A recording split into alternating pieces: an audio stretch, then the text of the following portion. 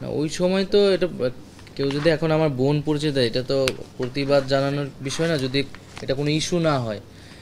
এখন আমি যখন হাসপাতালে ছিলাম, তখন তো একটা খুবই ক্রুশিয়াল মোমেন্টে আমরা ছিলাম। উনি তখন আমাদেরকে হেল্প করেছিলেন।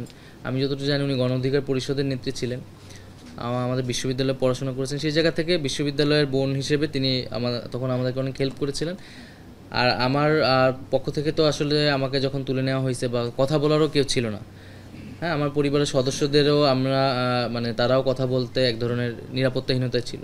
তো তখন তিনি আমাদের পক্ষ থেকে অনেক জায়গায় হয়তো কথা বলেছেন, এগুলো আমরা তখন অত নজর রাখারও সময় পাইনি বা খেয়াল করারও সময় পাইনি।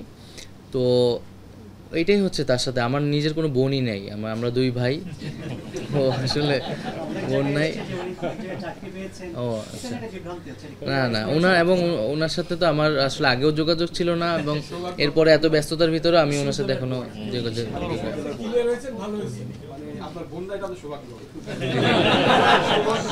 সৌভাগ্য না, আমরা